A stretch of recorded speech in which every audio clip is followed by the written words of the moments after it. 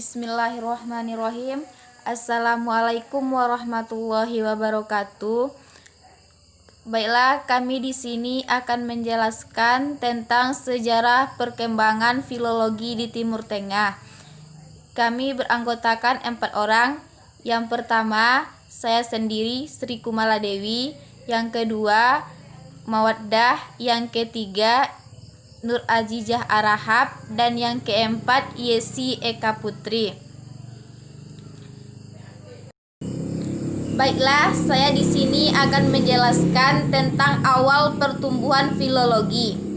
Jadi, awal pertumbuhan filologi ini terjadi pada abad ketiga sebelum Masehi di kota Iskandaria.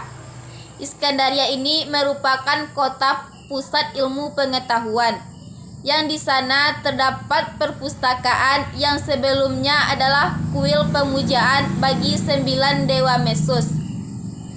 Perpustakaan tersebut menyimpan tradisi lisan masa lalu dalam gulungan-gulungan papirus. Di sanalah berkumpul banyak ilmuwan untuk membaca, memperbaiki tulisan, menerjemah, dan menulis ulang teks-teks yang berasal dari abad ke-8 sebelum Masehi. Karena naskah atau manuskrip tersebut ditulis dengan aksara Fonisia, yang mana aksara tersebut sudah tidak lazim lagi digunakan pada masa itu. Penggarap naskah kuno ini kemudian dikenal dengan ahli filologi. Orang yang pertama kali menggunakan istilah itu adalah Eratosthenes. Para ahli filologi pada masa itu benar-benar merupakan orang yang memiliki pengetahuan yang sangat luas.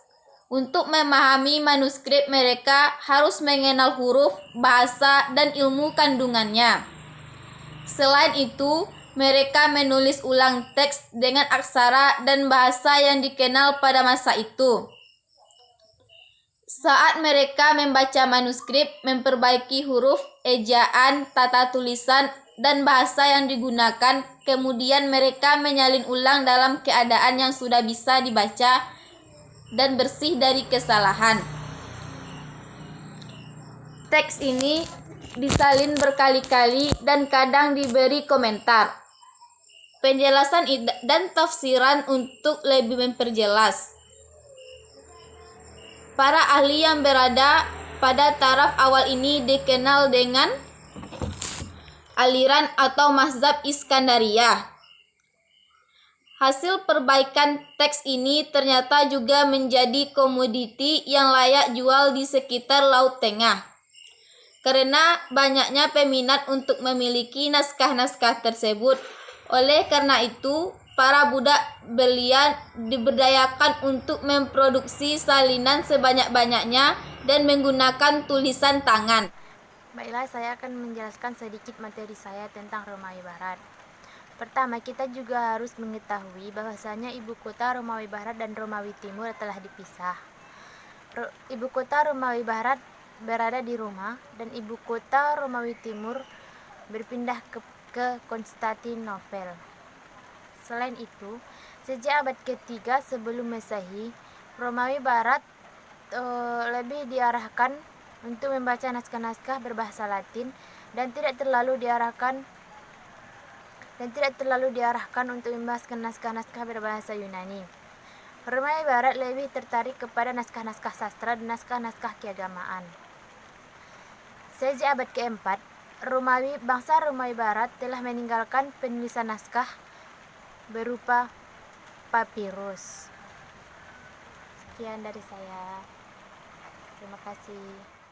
Baiklah, selanjutnya tentang Romawi Timur. Romawi Timur itu berbeda dengan Romawi Barat. Kegiatan filologi di Romawi Timur justru melanjutkan tradisi Yunani sehingga bermunculan banyak pusat-pusat studi Yunani di kawasan Romawi Timur tersebut, misalnya Antioch, A-N-T-O-C-H. Selanjutnya Athena, Iskandaria, Herut, dan Konstantinopel dan Gaza.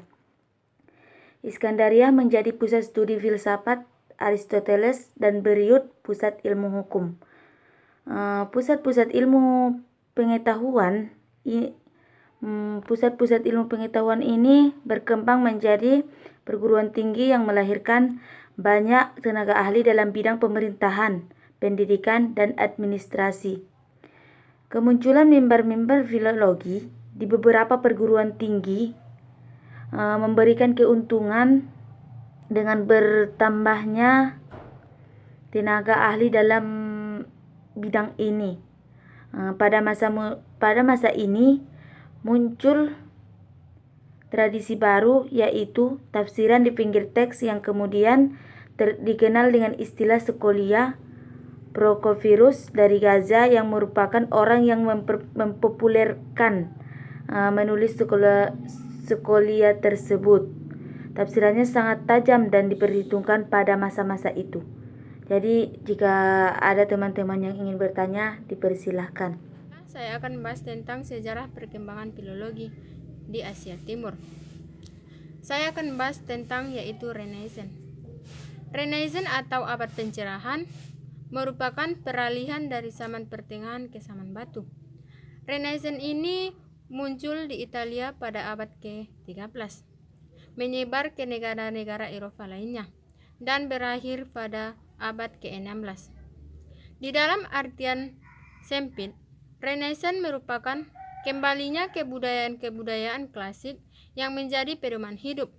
Dalam artian luas, Renaissance adalah periode pola pikir masyarakat untuk lebih humanis seperti dalam tradisi Yunani. Baiklah, saya ingin bertanya sedikit tentang materi Yesi Eka Putri. Pertanyaan saya itu, apa dampak Renaissance bagi Indonesia? Sekian, terima kasih. Baiklah, saya akan menjawab pertanyaan dari Ada, yaitu jelaskan pengaruh Renaissance terhadap bangsa Eropa di dunia. Yaitu, Renaissance membawa pengaruh yang sangat besar terhadap kebudayaan dan kehidupan bangsa Eropa secara keseluruhan. Adapun pengaruh yang dimaksud adalah seni dan budaya. Perkembangan lebih pesat juga bebas. Munculnya pemikiran pencarian daerah baru di luar Eropa atau penjajahan samudra dan lain-lain. Kepada saudari Ada, itu yang dapat saya jawab. Kalau belum paham, boleh tanya lagi. Pada saudari Ada, saya ingin bertanya, yaitu apa yang mendasari sehingga terjadinya pemisahan ibu kota antara Romawi Barat dan Romawi Timur? Terima kasih. Baiklah, saya akan menjawab pertanyaan dari saudara Yesi. Apa yang mendasari terjadinya pemisahan antara Romawi Barat dan Romawi Timur? Perpisahan tersebut tidak jauh karena didasari perbedaan agama. Romawi Barat menganut agama Kristen Trinitas, sedangkan Romawi Timur menganut agama Kristen Ortodok. Selain dari perbedaan agama, mereka juga memiliki perbedaan bahasa. Di Romawi Barat, mereka menggunakan bahasa Yunani, sedangkan di Romawi Timur, mereka menggunakan bahasa Latin. Sekian dari saya, terima kasih.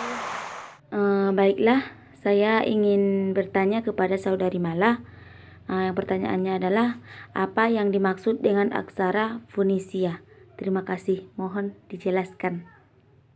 Baiklah, saya akan menjawab pertanyaan Ajiza yang pertanyaannya adalah apakah yang dimaksud dengan aksara Fonisia. Jadi, aksara Fonisia ini adalah sebuah aksara kuno yang tidak lazim lagi digunakan pada masa itu, karena sudah banyak yang tidak mengetahuinya. Baiklah, saya akan bertanya kepada Nur Ajiza. Pertanyaan saya adalah, apakah kegiatan yang dilakukan filologi di dalam Romawi Timur? Baiklah, saya akan mencoba menjawab pertanyaan dari Mala. Yang pertanyaannya, apa kebiasaan kegiatan yang dilakukan filologi di dalam Romawi Timur? Kebiasaannya adalah menulis tafsir terhadap isi naskah pada tepi halaman teks atau disebut skolia. Akan tetapi, pada saat telaah teks Yunani berkembang, dirasakan kurangnya ahli dalam kegiatan itu. Maka bermunculanlah mimbar-mimbar kuliah filologi di perguruan tinggi untuk mendapatkan ahli-ahli filologi kembali. Sekian.